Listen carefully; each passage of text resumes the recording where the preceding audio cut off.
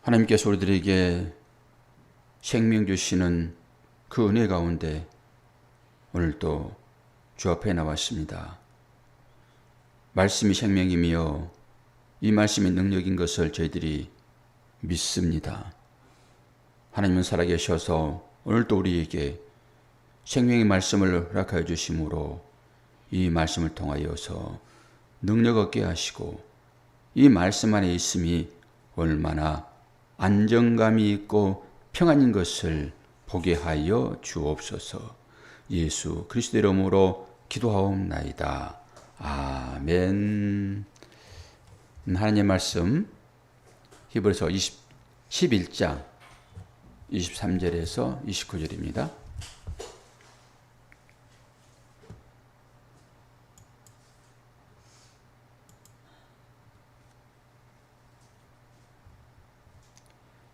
제가 봉독합니다. 오늘은 모세에 대하여 말씀을 봅니다.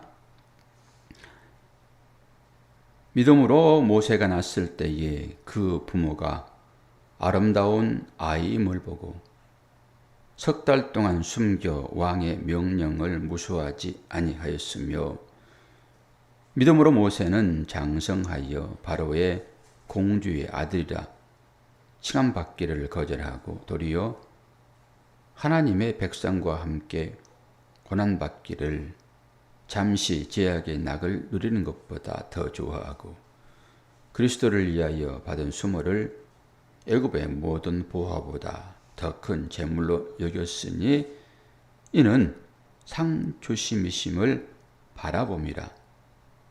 믿음으로 애굽을 떠나 왕의 노함을 무서워하지 아니하고 곧 보이지 아니하는 자를 보는 것 같이 하여 참았으며, 믿음으로 유월절과 피 뿌리는 예식을 정하였으니 이는 장자를 멸하는 자로 그들을 건드리지 않게 하려 한 것이며, 믿음으로 그들은 홍해를 육지같이 건넜으나 애굽 사람들은 이것을 시험하다가 빠져 죽었으며.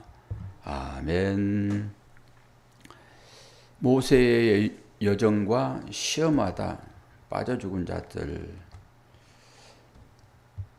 우리는 모세가 어떤 사람인지 다 알죠. 이제 마지막 사역 가운데서는 자기의 생명도 귀한 것으로 여기지 않고 이스라엘 백성들을 얼마나 사랑했는지를 이제 보게 되지만은, 초반에는 모세가 그렇게 믿음의 사람이 아니었죠. 어머니 요게벳의 품 안에서 전체적인 이스라엘 역사에 대한 공부를 분명히 했고 하나님께서 그들을 어떻게 인도하셨는지를 배웠을 것입니다. 그러나 모세도 일반적인 사람이었잖아요. 왕궁에 있다 해가지고 다른 건 아닙니다. 다 똑같습니다, 사람은. 그래서 그 육체의 삶을 사는 거예요. 그걸 육신이라고 해요, 육신. 육신을 떠나면은 우리는 바로 하나님 나라에 들어가게 되니까, 육신이 우리한테 있는 한은 육신을 살게 되어 있어요. 육신 가운데서 어떻게 우리가 판별하고 살 것인가, 이제 이거잖아요. 모세가 자기의 의지에 의해서 바로의 왕궁으로 들어간 거 아니죠. 전적인 하나님의 역사의 심이잖아요.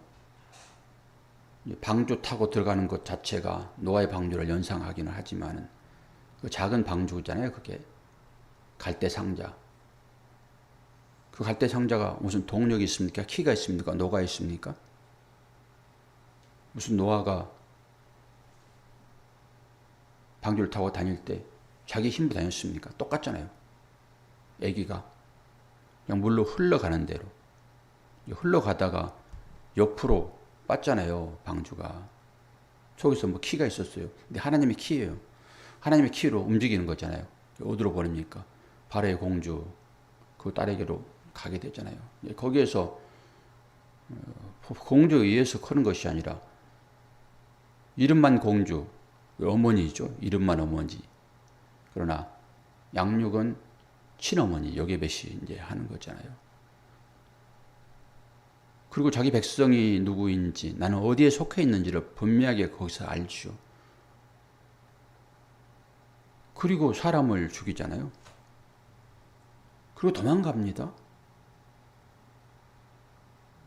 그 이후에 하나님 만나서 만날 때도 모세는 흔쾌히 하나님 말씀 듣지 않아요. 나는 입이 둔한 자예요. 나는 말 못해요. 여러 가지 핑계를 대지만 하나님은 딱 붙잡은 자는 절대 놓지 않아요. 그러면은 여러분들이 봤을 때 오늘 이 얘기가 과연 우리가 생각하는 믿음의 그 상황과 같냐고요. 모세가 장성하여 바로의 공주의 아들이라 칭함받기를 거절했습니까? 그리고 그 거절에서 애굽을 떠났습니까?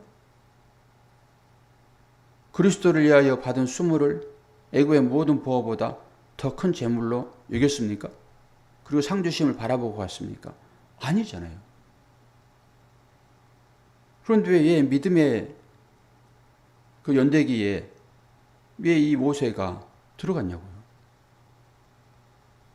그럼 우리는 이제 뒤에 부분, 모세가 믿음의 열매로 나왔던 그 장면들을 보면서 이렇게 보면은 이게 이제 그래도 뭐가 좀 우아스럽잖아요. 삶으로 보게 되면은. 믿음의 삶으로 쭉 적어진 상태가 우리가 알고 있는 무엇이냐고요. 저는 이런 부분에 갈등이 있는 거예요. 그럼 어떻게 해서 하나님은 우리를 믿음으로 부어주는 거잖아요. 부어주는 거. 우리가 뭔가 여러 모든 사람들이 다 동의하는 어떤 것으로 저 사람은 믿음이 있네? 라고 여겨주는 것으로 하나님은 믿음이 있다 하지 않으신단 말이에요. 우리 사람들이 어떻게 살든지 간에 하나님의 손에 이끌려서 살 때 이 사람이 사기를 치든지 이 사람이 살인을 하든지 이 사람이 아주 못된 짓을 하든지 간에 그 인생의 여정 가운데서 하나님의 손에 붙잡혀 있는가, 이것을 믿음이라고 저는 봐요. 오늘 또 그 일들이 다시 한번 생각나는 거예요. 너무 정확하잖아요. 우리는 좋은 일만 딱 보게 되면은 그걸 가지고 좋네 그러죠. 그럼 나쁜 일이 분명히 그 역사 가운데 있는데 그건 다 제껴버리고 좋은 것 하나 드러내 가지고 이거 좋네. 그리고 그전 것은 생각을 안 해버리는 거예요. 생각 자체를 안 해버리는 거예요. 이걸 믿음이라고 말할 수 없기 때문에, 이 인생 가운데 그걸 드러내 가지고 이 사람이 이렇게 훌륭해요 말할 수 없기 때문에 그 자체를 얘기를 안 해버리는 거예요. 그리고 현재 실적으로 나온 것만 가지고 얘기를 하죠. 하나님은 그러잖아요. 하나님의 손이 붙들려 있다 하게 되면은 그 모든 일들이 믿음의 일입니다. 우리의 어떤 행위를 가지고 하나님은 판단하지 아니하시고 네가 내 손에 붙들려 있느냐? 그러면 너는 나의 자녀야. 포기하지 아니하시는 이 깊이까지 여러분들이 시각이 열려야 돼요. 이 깊이까지. 그래서 홍해 사건을 제가 이제 다시 한번 얘기를 할 건데요. 모세는 그렇다 치고, 그러면은 이 모세를 쫓아온 사람들이 어때 했는가라고 하는 거잖아요. 바로 왕의 병사들입니다. 그건 힘이에요, 힘. 병거 타고 쫓아오잖아요. 힘. 같이 죽는 거예요, 거기에서. 이스라엘 백성은 육지를 건넜으니까 이 사람들은 살고, 이 이스라엘을 괴롭혔던 뒤쫓아온 사람들은 하나님께서 수상시켰구나. 아이고 하나님 감사합니다. 이럴 게 아니에요. 그래서 같이 죽는 거예요. 이 홍해와 요단강의 사건이 뭔지 아시잖아요. 이게 세례예요, 세례. 하나님 택한 자들은 거기서 죽여서 새롭게 살려낸 것이고, 옛날에 나의 의지로 살았던 것, 이게 정욕이잖아요. 애굽이잖아요. 내가 애굽 되었잖아요. 430년 동안 거기 살았으니까 내가 애굽인 거예요. 거기에서 그 힘삼아 살았던 그것이 여기 빠져 죽었다라는 의미로 여러분 안 보이십니까? 단순하게 그냥 애굽 병사들 나 죽이려고 쫓아온 저것들이 하나님의 능력에 의해서 저거 빠졌네. 그렇게 보고 나는 살았으므로 할렐루야. 명서 어때요? 명석하니까. 명서 기억만 못하면 석이 되네. 명석. 명서는 이름이 무슨 뜻이라고 목사님이 얘기했어? 명서? 그래. 저렇게 기억력 좋다니까? 그대로 사는 거야, 네가. 그런데 거기다가 혹시 계명을 하려고 그러면 명석으로 해라. 계명을 하려고 그러면 명석. 마음에 안 들어. 나는 주님의 삶을 살 거야. 그래, 명석해야 돼. 이걸 지금 내가 설명을 했잖아. 그치? 믿음으로 이걸 풀어냈잖아. 그럼 우리가 기존으로 가지고 있는 이 사고방식. 나는 하나님께서 이 아주 물이 창이란 그것을 하나님께서 가르시고 나는 온전하게 애굽의 상태, 그 상태로 나를 살려서 가나안 땅에 데려보냈고 나를 추격해오던 나의 생명을 앗아가려고 했던 그 사람들은 그냥 물에 빠져서 하나님께서 나만 살렸네 라고 하는 보이는 것들, 실제 상황, 그리고 그 상황을 내가 다시 재해석해가지고 이것은 나를 죽였다가 살려낸 거고 옛 자아를 이렇게 하나님께서 죽였다라고 하는 이 세례의 의미를 설명했는데 명쾌하지 않아? 명쾌해 안 해? 명쾌하지. 아니에요 라고 해도 상관없어요. 그러면 그 사람은 그렇게 사는 거예요. 그렇게 하나님의 말씀 믿는 거예요. 나는 이것을 이 사건을 보고 이걸 해석을 하여 해석이 중요해요 여러분. 해석을 하여 믿음으로 딱 가는 거예요. 이혈령 비혈령이란 말이 있습니다 여러분. 귀에 걸면 귀걸이, 코에 걸면 코걸이. 하나님의 말씀을 그렇게 해석하여 코걸이나 귀걸이는 뭘 상징합니까? 나는 하나님의 종입니다. 상징하는 거예요. 귀걸이가 그거잖아요.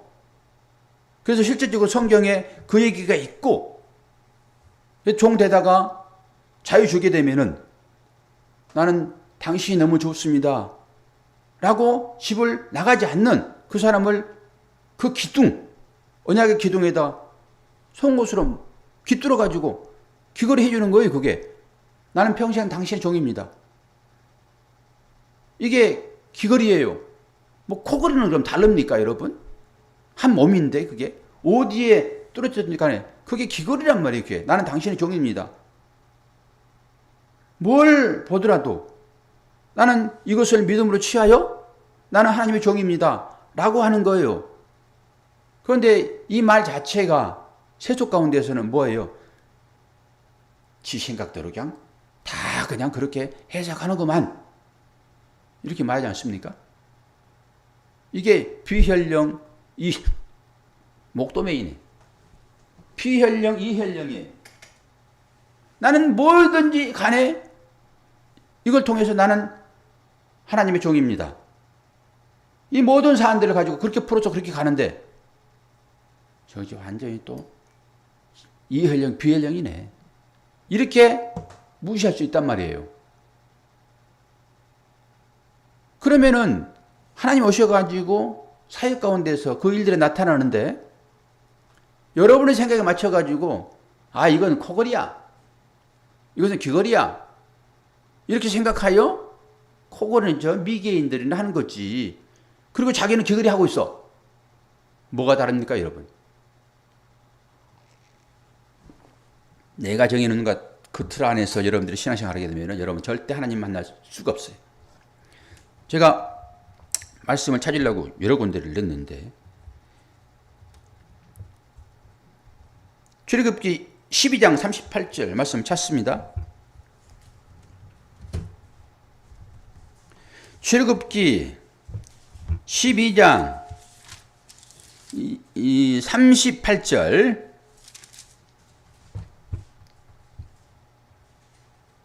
이스라엘 백성들이 애굽에서 나올 때의 일이에요. 배경 설명은 37절, 38절, 39절까지 보겠습니다. 이스라엘 자손이 람셋을 떠나서 애굽이지요. 숫곳에 이르니 유아예에 보행하는 장정이 60만 가량이요. 수많은 잡족과 양과 소와 심이 많은 가축이 그들과 함께 하였으며 그들이 애굽으로부터 가지고 나온 발교되지 못한 반죽으로 무교병을 구웠으니 이는 그들이 애굽에서 쫓겨났으므로 지체할 수 없음이며 아무 양식도 준비하지 못하였음이었더라.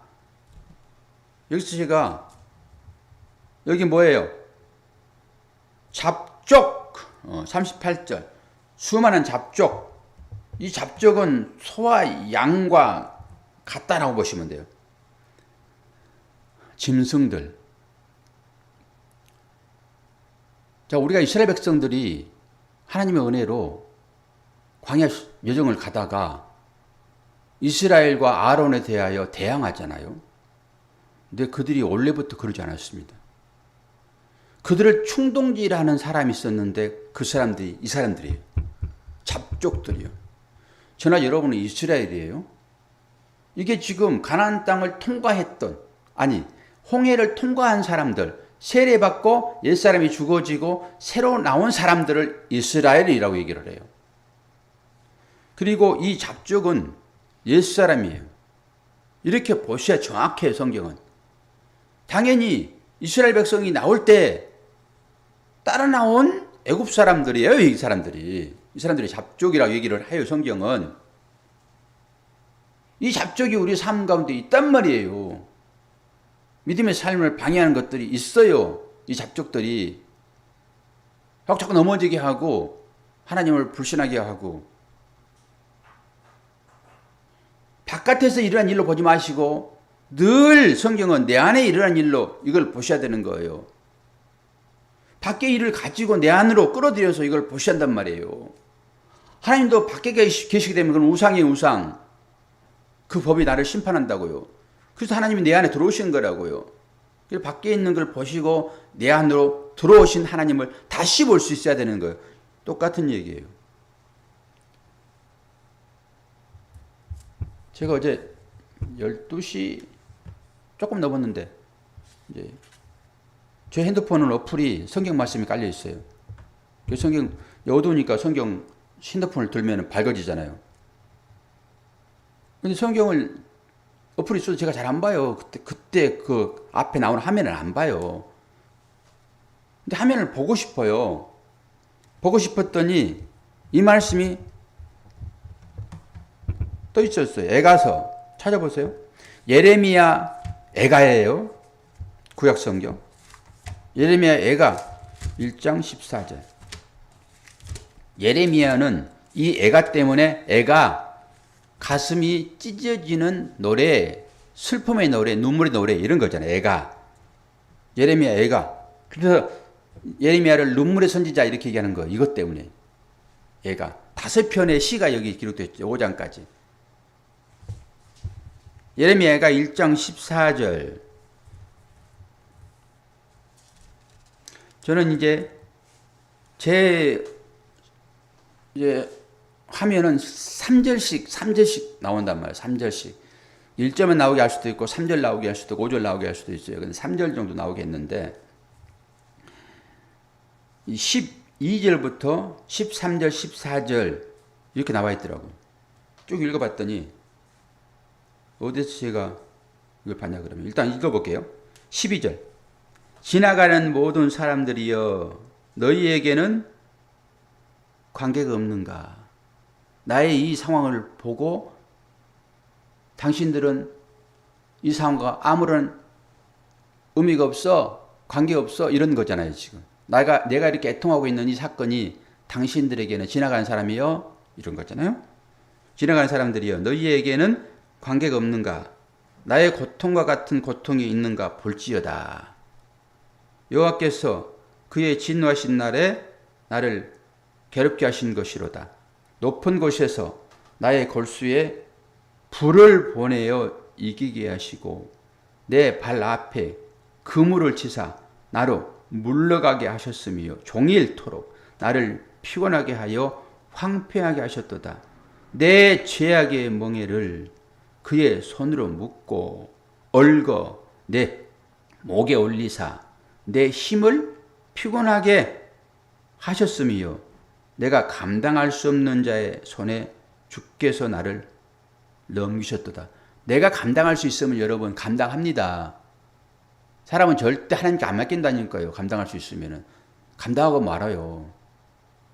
그리고 하나님께 기도하는 것은 아이고 그래도 기도는 해야지라고 형식적인 기도하는 거예요. 그리고 내가 다 감당합니다.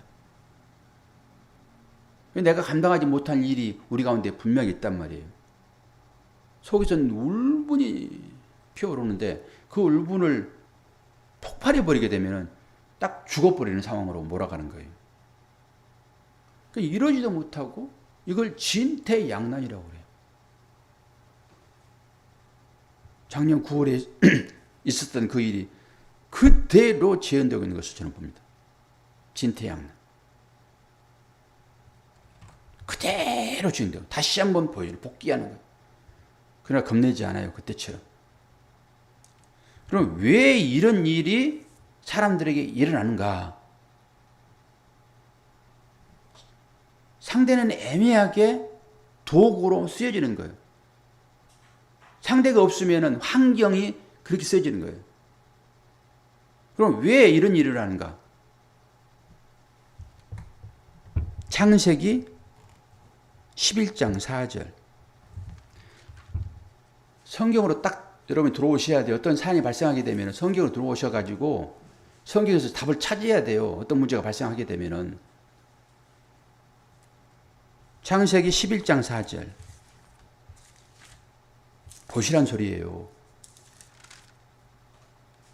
어떤 이에게 어떤 일이 발생하게 되면은 예레미야가 그 얘기를 하고 있잖아요, 지금. 내게 이 고난, 이 눈물, 이 슬픔, 그건 백성을 위한 거예요, 예레미야가. 그런데 이걸 보면서 당신들은 지나가는 자입니까? 묻잖아요, 지금. 그리고 왜 이런 일이 일어나는지. 그럼 이것이 남의 일이 아니라 나의 일인데 나에게 왜 이런 일이 일어나고 있지? 고난은 축복이라며요. 왜 이런 일이 일어나고 있지? 자꾸 이게 목이 메이네. 창세기 11장 4절.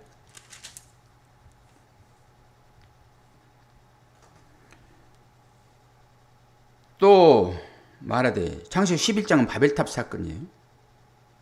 여기 바벨탑이라는 것이 어디서 옵니까? 바벨론이 이 바벨탑과 똑같은 의미예요. 바벨론. 그리 팔아버리잖아요.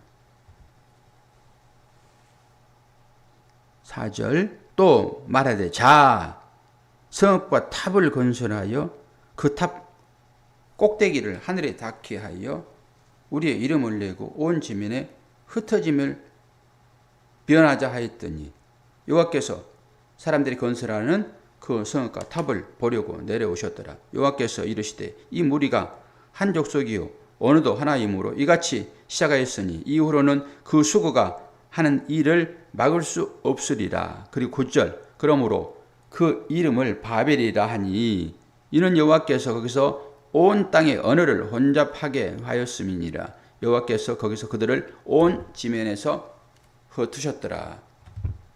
어때요? 제가 바벨탑을 쌓고 있는 인간들의 삶의 여정. 100층 쌓았으니까 하나님 101층 해주세요라고 쉬면서 기도하는 기도의 내용. 근데 하나님은 내려오셔가지고 어떻게 한다고요? 인간들이 쌓고 있는 그 탑을, 그 성읍을 흩으신다고요.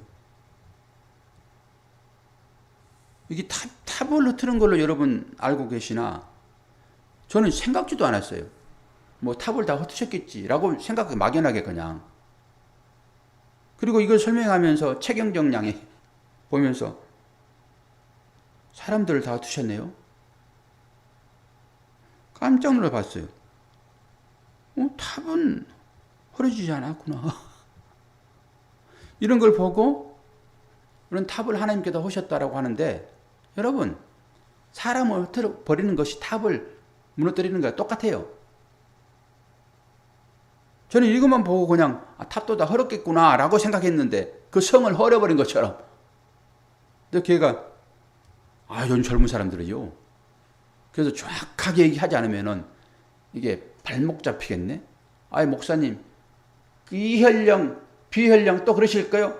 3번만 그러면요 시험 떨어집니다. 잘 봐야 되겠구나. 말씀도 목사가 대충 보고 지 감으로 설교하면 안 되겠구나라는 생각을 갖게 되는 거예요. 이 바벨탑을 헌 사건이 그들을 지면에서 흩어버리는 거예요. 언어를 바꾸는 거예요. 결론적으로 말을 바꾸게 되면은 절대 같이 못 있습니다. 입맞춤에 안부 전하는 것 제가 말씀을 드렸죠. 아침에 입맞춤으로 서로 문안하라. 그럴 때 그것이 영적으로 어떤 의미가 있겠는가 라고 할 때 같은 얘기하는 사람들 찾는 거예요. 그렇게 성경을 보지 않으면 가가지고 전부 입맞추는 거예요. 아침에 일찍 일어나가지고 저 여인네 하고 입맞추는 거예요. 입맞추라고 했으니까 입맞추는 거예요. 율법으로. 그런 얘기는 안 읽어지잖아요. 모든 사람에게 문안하는데 입맞추라고 그러잖아요. 그건 뭐예요? 문안은 같은 하나님을 믿는 사람들끼리의 안부전함이지 세상 같이 사는 사람들 아니에요. 지금 왜 이 사람들이 이런 흩어짐을 당하느냐?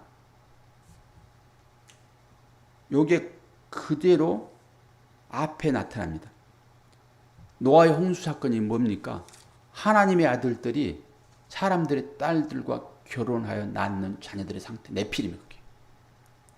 하나님의 아들들은 히브리서에 나오잖아요. 모든 피조물들이 하나님의 아들을 탄식하며 기다린다고. 그게 거기 그대로 나타나 있어요. 그거 나온 사람들이 네피림이며 장수이며 유명한 자들입니다. 이 사람들이 세상을 살아가는 거예요. 그래서 죄악이 온 지면에 광영하죠. 그 사람들의 형태가 죄라고 하는 거예요. 그래서 어떻게 해요? 싹 진멸해버리는데 이 사람들이 또다시 지금 대를 쌓고 성읍을 지으면서 뭐 하자고요? 내 이름을 드러내자.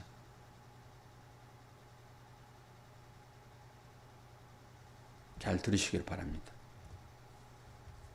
이건 지나간 사람들이요. 나의 이 형편을 보고 뭘 느끼십니까? 모두에게 소용되는 일입니다. 이게. 누구의 이름을 내기 위하여 살고 있는 걸 잘 봐야 돼요. 내 이름은 철저히 여러분 부정돼야 돼요. 그리고 나한테서 예수 그리스도의 이름으로 바꾸어진 그 이름이 나와야 되는 거예요. 우리는 조금만 틈만 있으면 옛 본성, 이 잡족들이 실제 나타나가지고 나를 죽이려고 해요. 꼼짝 못하게. 그걸 내한테 끌어들이게 되면은 이 잡족이 나를 어떻게 만든지 아십니까? 내 이름 내려고 그래요. 내 이름. 지긋지긋한 거예요, 그거. 안 없어지고. 저도 작년 9월 달부터 그 동영상, 유튜브, 그거 안 해요. 조회수 몇 사람이나 이걸 보고 있는가? 뭘 얘기하는 거예요, 그게? 그러다가 요즘에 다시 작업을 하면서 자동으로 저장되니까 우리 성도들 보라고 이거 다시 올려놓고 성도들이 몇 사람이나 이걸 보고 있는가 늘 주시하는 거예요. 그리고 많이 봤으면은 와 기분 땡. 하나도 안 봤으면 왜 이 금과 옥조 같은 이 생명의 말씀을 안 보지? 내가 또 그러고 있더라고요. 또 그러고 있어. 본질은 달라요. 옛날에 내가 생각했던 그것과 지금 내가 그 조회수 조사하는 것은 전혀 다른 개념이에요. 안 봐도 상관없으나 우리 성도들이 얼마나 관심을 갖고 이걸 말씀을 듣는가. 그렇게 목이 터져라고 다시 한번 여러분 들으셔서 이 말씀을 듣고 여러분 진리를 인식해야 됩니다. 그래야 삽니다.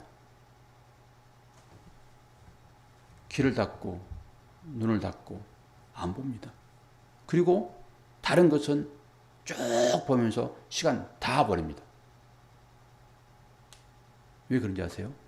잡족들이 속에서 흥황해서 그래요. 그 잡족들이 나의 이름을 높이려고 하는 거예요.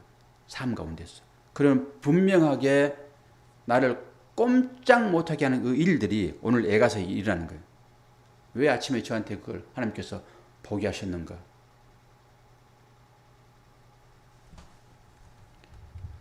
여러분 기도해 주세요. 지금 제가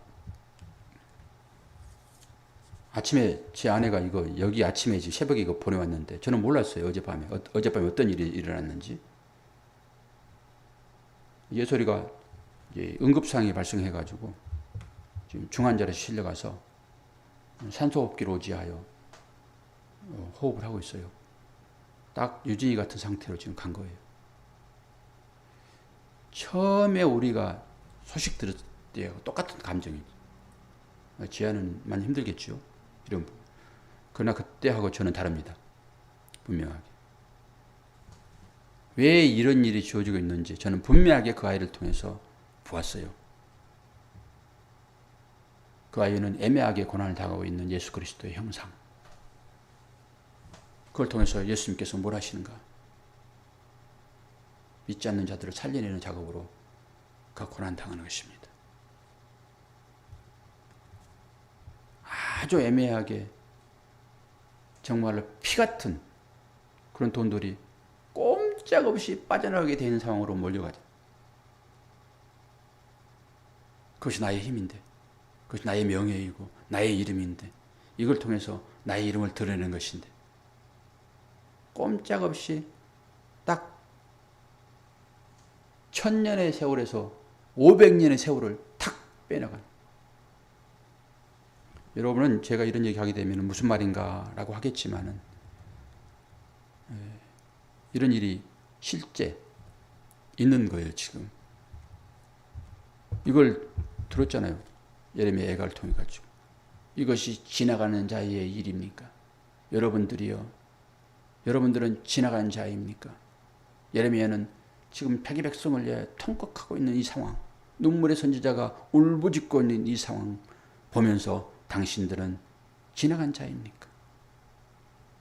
그러면서 어떻게 할 수 없는 상황 가운데 내가 내몰렸다.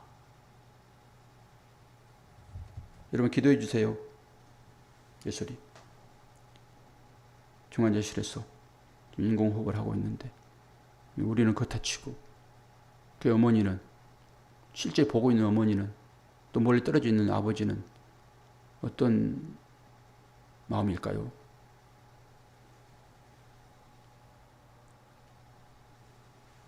여러분 아무나 기도하지 않습니다. 현장에 있는 자만 알고 기도하는 것입니다. 그리고 그 의미 가운데서 하나님의 능력과 사랑을 경험하게 됩니다.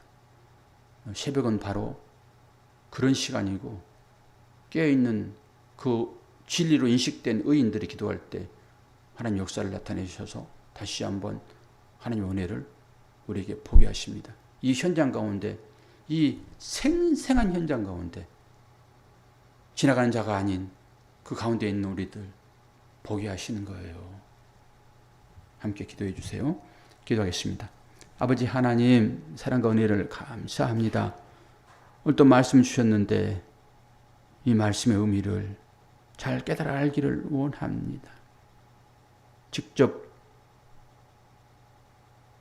아버지 얘기하지 아니하고 이 돌이켜서 말할 수밖에 없는 이 상황들, 하나님은 인생을 통하여서 그렇게 얘기하시는데 그걸 알지 못하고 지나간 나그네처럼 그렇게 현장으로 들어오지 못하는 우리가 되지 않기를 원합니다. 하나님 역사가 일어나고 있는데 보는 우리들이 되기를 원합니다. 거기에 예솔이가 있고 유진이가 있습니다. 아버지 하나님, 이 응급상황에서 우리가 어떻게 기도해야 될지 저의 마음 가운데 주시는 그 마음 가지고 오늘도 기도할 때 하나님은 다시 한번 예솔이에게 생기를 허락해 주심으로 자가 호흡하는 자로 일어나게 될 것을 믿습니다.